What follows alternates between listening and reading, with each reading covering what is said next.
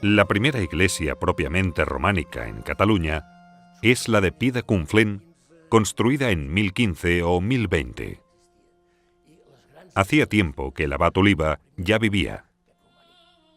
Las grandes iglesias del primer románico, el típico románico catalán lombardo, son de la época de Oliba.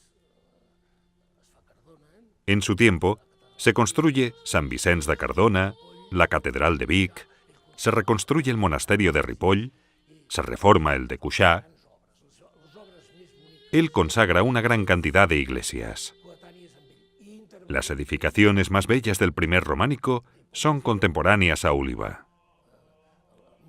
Consagra las reformas de Ripoll en el año 1032, las de la Catedral de Vic en 1038, las del monasterio de Cuixà en 1045, donde se habían hecho algunas reformas.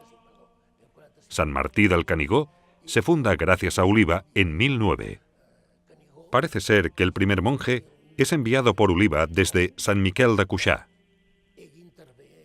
El abad Oliba és omnipresente en este románico. Els tells de Cuixà, el primer abat interveu, sí.